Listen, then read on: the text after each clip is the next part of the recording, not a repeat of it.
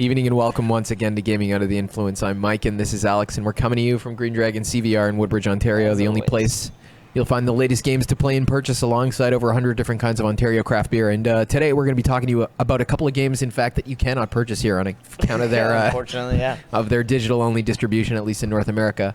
We got to be fair. We got to try the digital-only titles too. But they fall squarely into our two favorite genres, those being JRPGs and soulslike. Before we get into those two games, we'd like to tell you a little bit about this excellent sour beer we're enjoying. I don't know if we had this one on camera before. It's Collective Arts Jam Up the Mash. Or Mash Up the Jam, depending on the month that you buy it. Oh, really? Yeah, they changed the title. They do, yeah. No way. But this is the first sour beer I ever tried, and I don't think I've looked back since, man. And to me, it's like a quintessential kettle sour, you know? Like, it's got those lacto, like, acid notes right up at the front. I find if you drink it out of the can like we're doing right now, it is even more acute. Yeah. I am. Not me. Yeah. And it's delicious, man. Try it. Got some notes of tropical fruit, a little bit of herbal, grassy taste in there, and up front, a lot of acid and sour. And, this guy knows beer. Yeah, it's my favorite thing, man.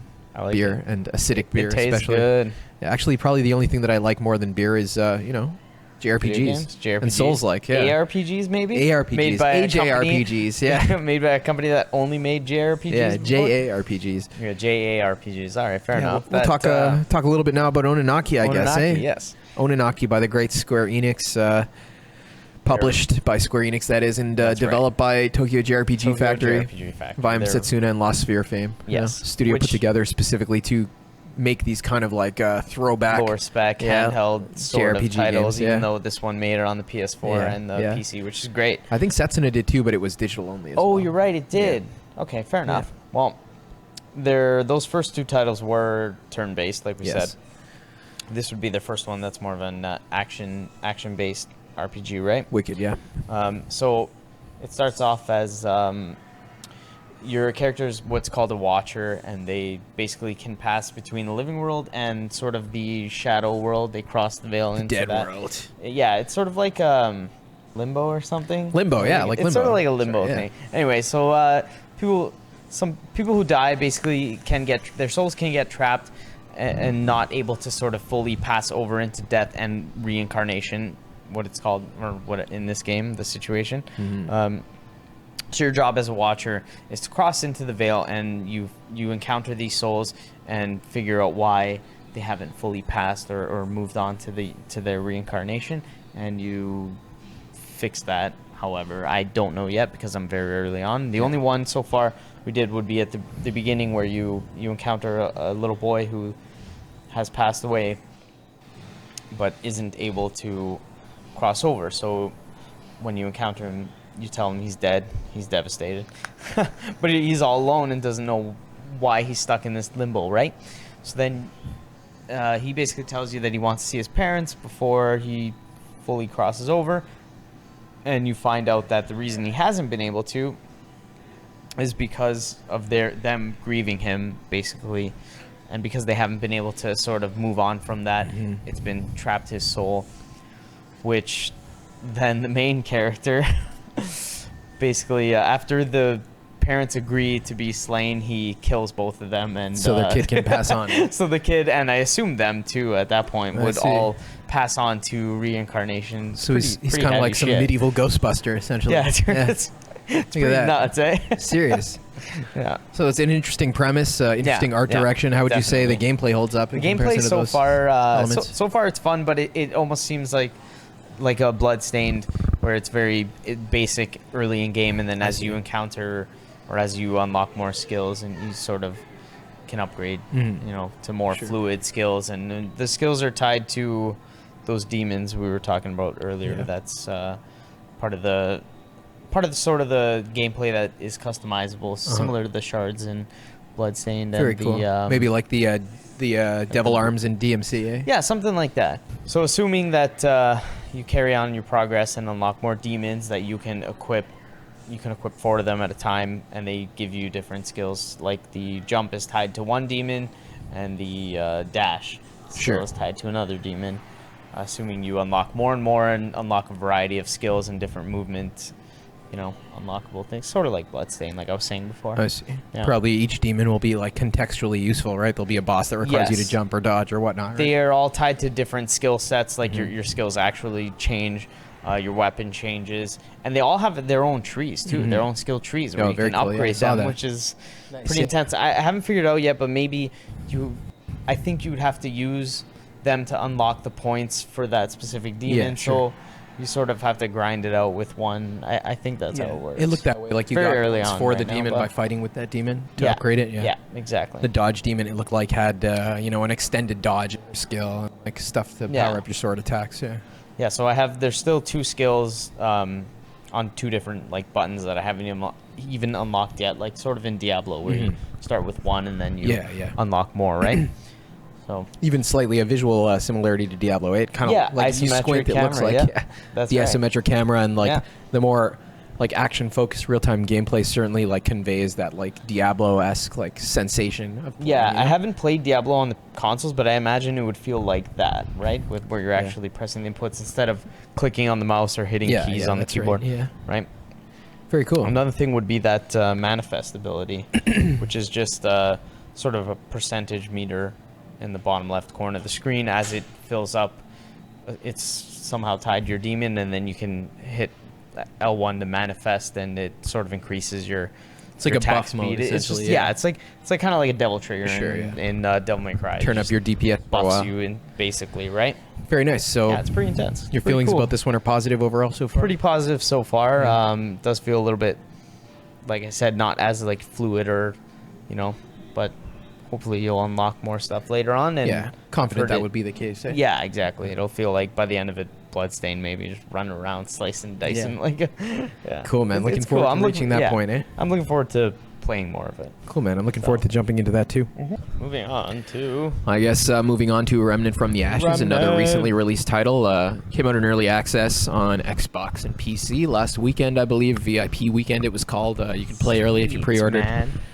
And the full title dropped on the 20th. And I guess essentially it is, as people are referring to it, it's a Souls-like game with gun combat plastered onto the top. That's third-person Dark Souls? Yeah, third-person shooter Dark Souls. Dark Souls, yeah. At least in terms of its mechanics. There are a number of innovations to the overall formula that kind of set it apart, but like once you start playing it, you'll be like, yeah, buddy, I'm playing a Souls game. Definitely inspired by Dark Souls, right? With the added caveat that it was designed up from the ground up. You can really tell as a third-person shooter, like even little signs like the fact we mentioned last week that when you turn your character, instead of actually turning all the way around, he strafes like in a third-person shooting FPS game. would control, or like a proper shooter would control. And there are other, I guess, Souls-like games that have attempted to incorporate gun combat, like the recent Immortal Unchained, but I'd say by all accounts that one was less successful in the synergy between these like two genres.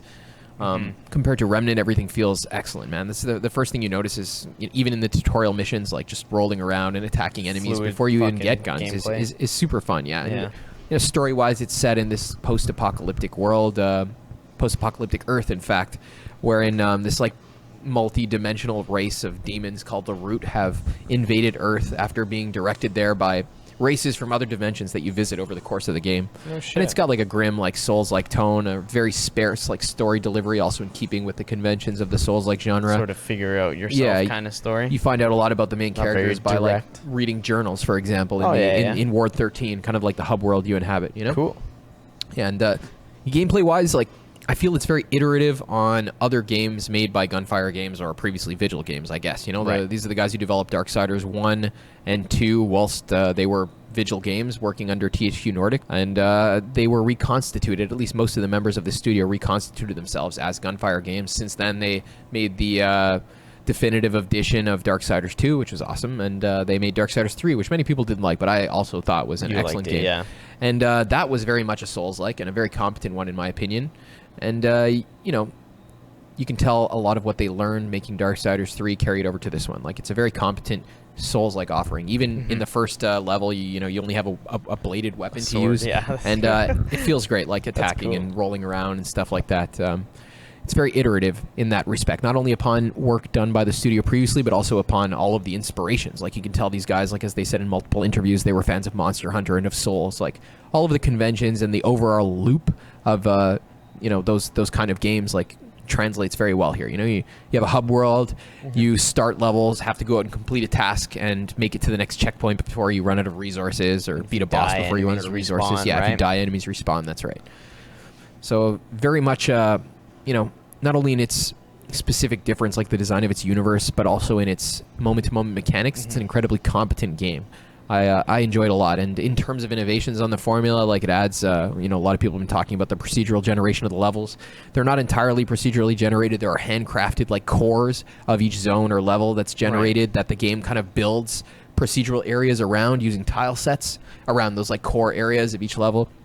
So you will encounter, like, handcrafted elements of the game. It's not totally like No Man's Sky where everything's like a crapshoot. Yeah, it is interesting, and it makes it so that you can, complete an area, and you can re-roll that area, and you'll sometimes fight new mini-bosses in that area. You'll get access to secret rooms and weapons that weren't in your first playthrough. Right. So, this also creates the possibility that some playthroughs will be better than others, frankly. Like, you'll have better bosses, you'll get the weapons you want. Though, right? Yeah, that is the control problem. Everything. That is. But supposing you don't like the if you don't like the roll you got, though, you can just re-roll and start exactly from where you were, at least character progress-wise, and go back into it and stuff like that. So it's really good. Like, I really like how the levels come out, with this way of building them.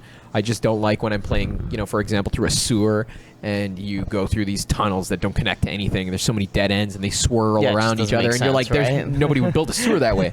It's not so bad when you're in a street or you're in a forest or something like that, and you can't really tell. Like, there's no necessary, like, logic to the arrangement of trees. But man, no guy's gonna build a fucking sewer full of dead ends. It doesn't make any sense. And tunnels that go like this and this. So that at certain points, your suspension of disbelief is affected, but overall, like, generation specifically, right? And I do find, though, that, like, there's a bit of give and take. You give away your ability to, like, look at these handcrafted zones and learn a story from every element of them, and just appreciate the craftsmanship of the levels. You sacrifice that in some cases, but what you gain is this replayability, I guess, right? Yeah. You can go back through the levels that you've already completed, fight new bosses in new areas. Exactly, so it's pretty cool.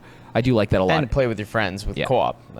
That's important too. It's co-op in the same vein as Monster Hunter. Like, I wouldn't say it's definitely not a live service game, but it is a fully, like, co-op enabled game, quite like Monster Hunter World. You can play it all yourself. It's well balanced to play alone, to my experience and based on what I read, but it's definitely fun to play with a party of people. Yeah, and some of the bosses seem to have been designed with that in mind. Based on my initial impressions. So that's sweet. It sounds pretty good. It's super cool, man. And the thing that sticks out to me more than anything else is just how fucking good it feels to just roll around an arena, blast guys with your shotgun or long range weapons. Yeah, I've tried, like, the 3 different starting builds, all of them, and no matter if you're playing with a shotgun and a heavy hammer, like hitting guys up close, or if you're shooting them from farther away with a long range rifle, it all feels really, really good. And it becomes, like, the combination of dodging and third person shooting makes it really like an angle game. You're trying to, like, position yourself at optimal angles to attack your enemy within the desired range, and, like, you can reposition yourself with your dodge roll. But I feel like a lot of the game is in learning how to reposition yourself with that dodge such that you can still pull up your gun and begin shooting without sacrificing much in the way of DPS, right? Okay, fair enough. It's just like Souls. You want to put yourself in the boss's safe spot, and in this time, like, the safe spot is not necessarily adjacent to him. It's a certain angle, Right. Yeah, because if it's shooting, you want to be behind cover too, right? Yeah, behind cover, or perhaps, like, at a certain altitude such that you can, like, duck or dodge out of the way easier. But overall, it's an incredibly good game. Like, did you mention the stamina thing not being tied to? I did not mention that. Yeah, that's another interesting feature. Like, unlike in Souls or Bloodborne, wherein you attack and it drains your stamina, and your stamina is the resource for both your offensive and defensive abilities. In this game, the stamina is just for your defensive abilities. So I like that, how the stamina bar becomes purely like a defensive mechanic. Right. That's nice. Streamlined in a large way. Yeah. So it's a great game, man. Give it a shot. I like the fact that it's from upstart, like, inspired developer making passion projects in the genres that they love. It's definitely not a corporate game. It's not playing it safe at all. There are elements that, really could have gone either way, like this procedural generation and even the addition of guns to Souls. Like, people are, people are not too eager to accept that, I guess I would say off the bat. But they did it masterfully, I'll give it a shot, definitely. Yeah. What the hell? It's great. I think these games kind of appeal to us more lately. Me too. This, like, not AAA, maybe double A range.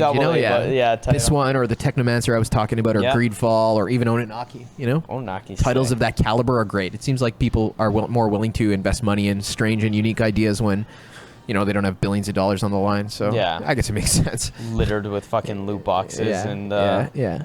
So check out Remnant from the Ashes and Oninaki, and we'll see you guys next week. hell yeah. Take care.